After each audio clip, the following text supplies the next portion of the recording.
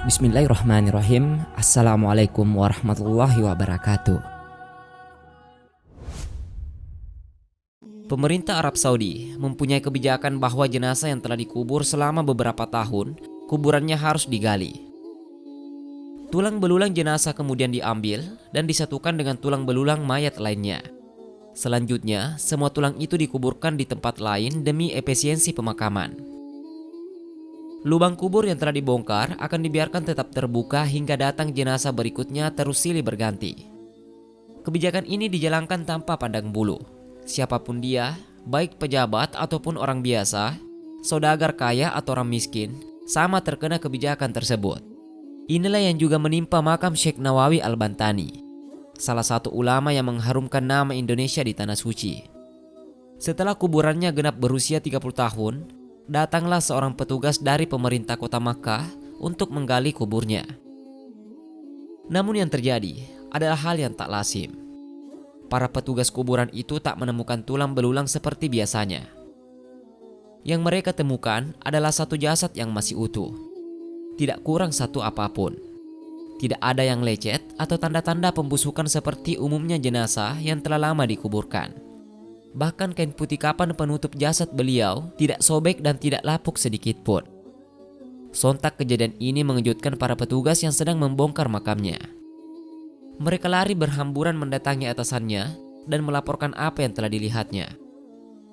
Setelah diteliti, sang atasan kemudian menyadari bahwa makam yang digali itu bukan makam orang sembarangan. Langkah bijak lalu diambil. Pemerintah Arab Saudi melarang membongkar makam Syekh Nawawi Al-Bantani. Jasad beliau lalu dikuburkan kembali seperti sedia kala. Hingga sekarang, makam beliau tetap berada di Ma'la Makkah. Ia dilahirkan di Tanara, Serang, Banten pada tahun 1230 Hijriah atau 1813 Masehi. Ayahnya seorang tokoh agama yang sangat disegani. Ia masih punya hubungan nasab dengan Maulana Syarif Hidayatullah atau Sunan Gunung Jati. Pada usia 15 tahun, Nawawi muda pergi belajar ke Tanah Suci Mekah. Karena saat itu Indonesia yang namanya masih Hindia Belanda dijajah oleh Belanda, yang membatasi kegiatan pendidikan di Nusantara. Beberapa tahun kemudian, ia kembali ke Indonesia untuk menyalurkan ilmunya kepada masyarakat. Tak lama ia mengajar, hanya 3 tahun, karena kondisi Nusantara masih sama, di bawah penjajahan oleh Belanda, yang membuat ia tidak bebas bergiat. Ia pun kembali ke Makkah dan mengamalkan ilmunya di sana, terutama kepada orang Indonesia yang belajar di sana. Banyak sumber menyatakan Syekh Nawawi wafat di Makkah dan dimakamkan di Ma'la pada tahun 1314 Hijriah atau 1897 Masehi. Namun menurut Al-Alam dan Mu'jam Mu'allim, dua kitab yang membahas tokoh dan guru yang berpengaruh di dunia Islam, ia wafat pada 1316 Hijriah atau 1898 Masehi. Syekh Nawawi Al-Bantani adalah satu dari 3 ulama Indonesia yang mengajar di Masjid Al-Haram di Makkah, Al-Mukarramah pada abad ke-19 dan awal abad ke-20.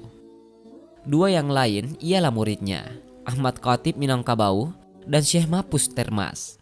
Ini menunjukkan bahwa kealiman dan ilmunya sangat diakui tidak hanya di Indonesia, melainkan juga di semenanjung Arab.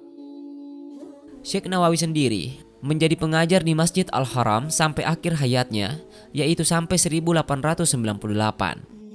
Lalu dilanjutkan oleh kedua muridnya itu. Wajar jika ia dimakamkan berdekatan dengan makam istri Nabi Muhammad, Sayyidah Khadijah radhiyallahu anha di Ma'la Makkah. Syekh Nawawi Al-Bantani mendapatkan gelar Sayyidu Ulama Al-Hijaz yang berarti sesepuh ulama Hijaz atau guru dari ulama Hijaz atau akar dari ulama Hijaz. Yang menarik dari gelar tersebut, beliau tidak hanya mendapatkan gelar Sayyidu Ulama Al-Indonesia, sehingga bermakna bahwa kealiman beliau tidak hanya diakui di semenanjung Arabia, namun juga di tanah airnya sendiri.